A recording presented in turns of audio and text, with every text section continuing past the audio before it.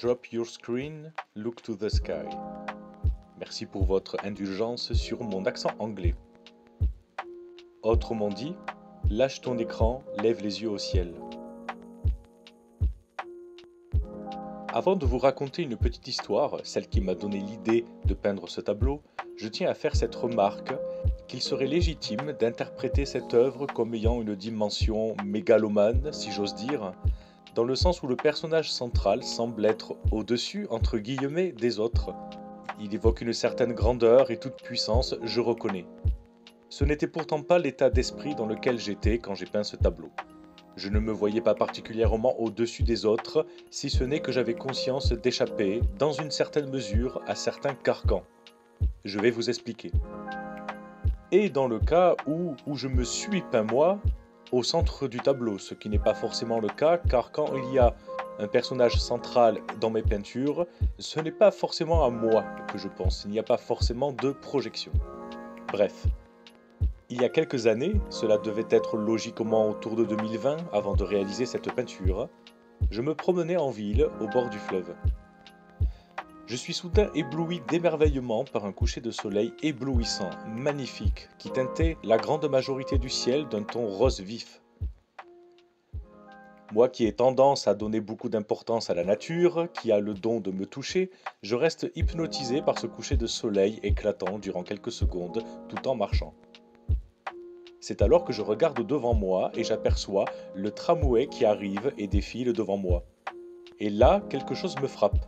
Tous les passagers du tramway, je dis bien tous, étaient scotchés sur leur téléphone portable et n'avaient absolument pas remarqué ce ciel qui, moi, m'émerveillait. Un tramway, ça avance lentement. C'est pour cela que j'ai pu me rendre compte qu'absolument tous les gens étaient rivés sur leurs écrans. Des situations comme ça, on en voit tout le temps, partout, tous les jours. Mais cette fois, ça m'a frappé. La scène à laquelle j'assistais était empreinte d'une certaine poésie sublime. Le coucher du soleil rose vif se reflétait sur les vitres du tram, tels des miroirs roses, et je pouvais apercevoir, derrière, en transparence, les gens accrochés à leurs écrans. Je n'en ai pas vu un seul lever les yeux au ciel. Et cela a été ma réflexion. Qui lève encore les yeux au ciel? Qui n'est toujours pas, ou plus, émerveillé par ce qui nous entoure, dont nous faisons partie? Qui pense vraiment que la science-fiction dépasse la réalité? Cette réalité si folle quand on y pense, et qui est là, autour de nous. Drop your screen, look to the sky. Tout comme la vidéo de l'analyse d'un autre tableau fait en 2019, sur lequel je raconte qu'à l'époque, je prétendais être au-dessus de la société de consommation qui ne m'aura jamais, alors qu'après remise en question, je me rends bien compte que je n'y échappe pas totalement, moi non plus dans une certaine mesure, sur celui-ci, je peux admettre que je suis quelqu'un de très sensible à la nature et au monde qui m'entoure avec toute sa beauté, et je ne suis pas le plus grand consommateur d'écran au monde, effectivement. Surtout quand je marche dehors. Je peux éventuellement répondre à quelques messages, mais je me mets surtout la musique aux oreilles durant mes trajets. Mais encore une fois, je ne juge pas. Je ne juge pas le fait que l'on puisse perdre nos yeux d'enfants pleins de fraîcheur, au vu de la société dans laquelle on vit et qui nous déconnecte de tout cela.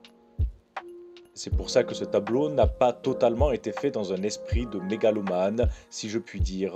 Je l'ai fait directement en réaction à cette scène frappante dont j'avais été témoin et qui me restera en tête, je pense, toute ma vie.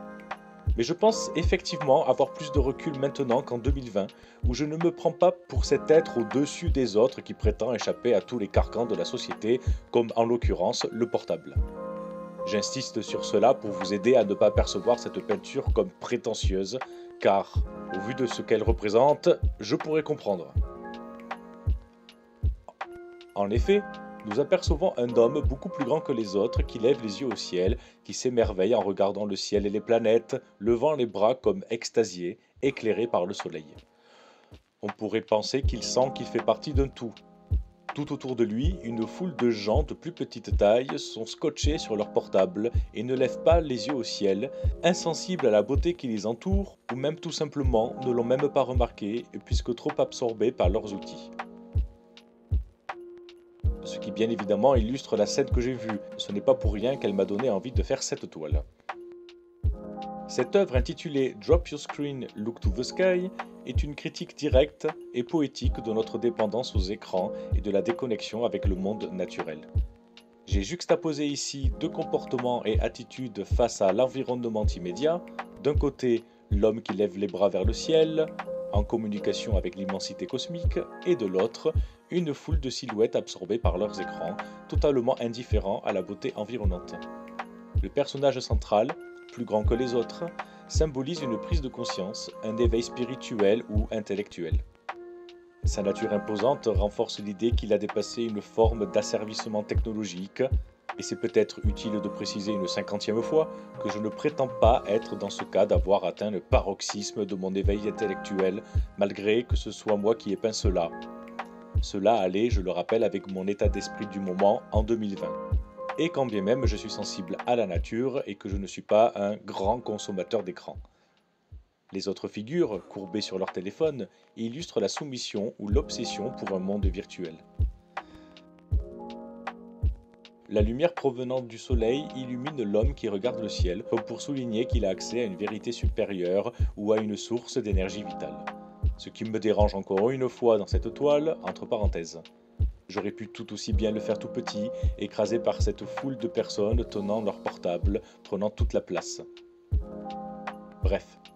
Les ombres des personnages absorbés par leurs écrans créaient une atmosphère d'ombre autour d'eux, montrant leur désintérêt pour ce qui est essentiel. Les deux planètes, suspendues dans l'immensité du ciel étoilé, rappellent l'immensité et la beauté de l'univers. Elles représentent un appel à lever les yeux, à s'émerveiller et à rétablir un lien avec le cosmos.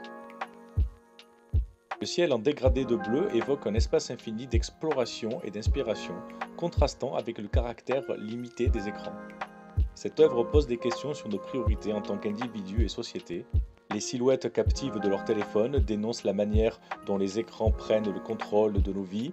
Sommes-nous devenus incapables de simplement être présents et de contempler le monde qui nous entoure? Le personnage central semble découvrir une vérité profonde en contemplant le ciel. Cela invite à se demander si nous ne passons pas à côté de ce qui est essentiel, de cette connexion au monde naturel, dont, pour rappel, nous faisons tous partie. L'homme qui regarde le ciel s'oppose aux masses absorbées par leurs écrans. Ce contraste illustre une tension entre l'éveil individuel et la conformité collective. Lâche ton écran, lève les yeux au ciel. Cette phrase contient à la fois un avertissement et un espoir. Elle rappelle que nous pourrions tenter de nous libérer de l'addiction technologique pour retrouver la beauté du monde qui nous entoure, ce qui est réel et universel. L'œuvre invite à la contemplation, à l'introspection et à réévaluer notre rapport à la technologie et à la nature. Cette peinture n'est pas seulement une critique, c'est un appel à la reconnexion, à retrouver ce qui est fondamental, à savoir notre capacité d'émerveillement.